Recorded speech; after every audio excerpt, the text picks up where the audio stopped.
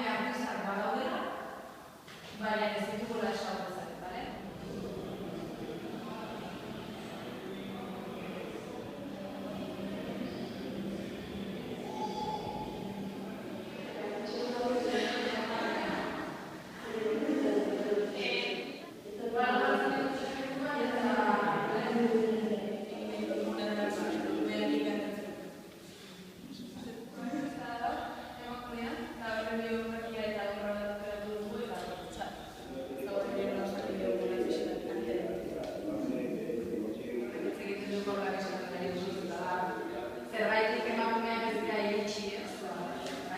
Artikulu horretan oso aztan ere, ezin genuen dena jarri, baina jartzen duela gaur egun lehenetan arteko testu liburuetan, ez dira emakumeak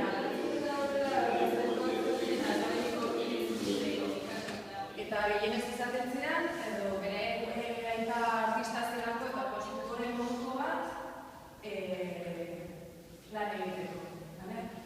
Eta baina askotan, berez da testamentu zareko, testamentu zaretik, gero dago zetetako egiten zegoen hotxatu egiten.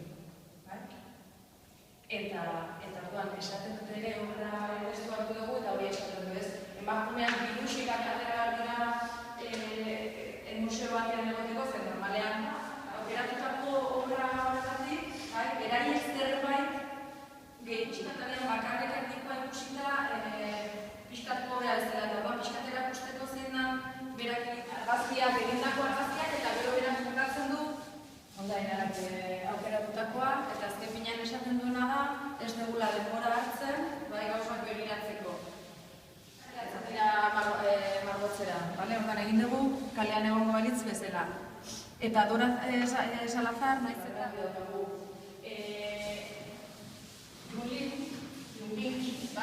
jarri du, ez dakik gutxinoa, orduan zure dugu izatea, eta barruan sartzeko aukera dago Guggenheim museoan egontzan, duela urte batzuk, eta buruan jarri duguna dira,